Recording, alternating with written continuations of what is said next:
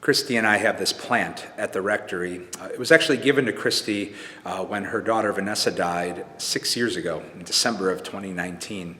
Neither Christy or I are green thumbs, and it's a marvel that the plant survived even a week in the rectory. But here it is, not just surviving, but thriving 6 years later. We've split it, some of it's upstairs, we've given it away, and some of it's downstairs, and every once in a while, and just the other day, Christy and I find ourselves just marveling that this plant keeps going and living and thriving.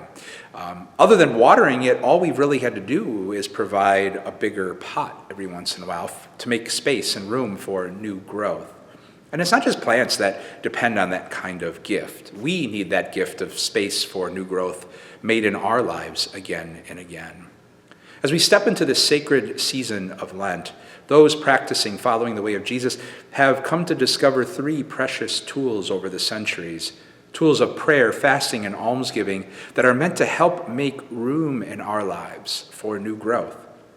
To spend more intentional time in prayer and reflection, however we're most comfortable doing that, whether that's silence or a walk in nature or journaling, can create space for us to come to discover new promptings and stirrings of God's Spirit that we otherwise would miss in very hectic and chaotic lives. Spending time intentionally giving alms, being generous, creates space in our lives and our giving to receive actually more than we could ever imagine.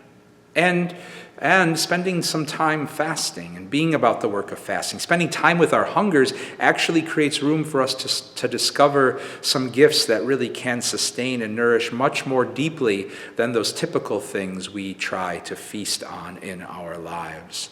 And in all of that is a holy invitation for you and for me to pause and pray as our journeys of Lent begin.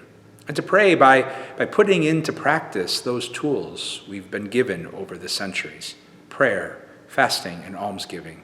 And ultimately celebrate the gift of holy space that God is able to create in our lives through those tools, all so that we can find new growth. Lenten peace and blessings to you all.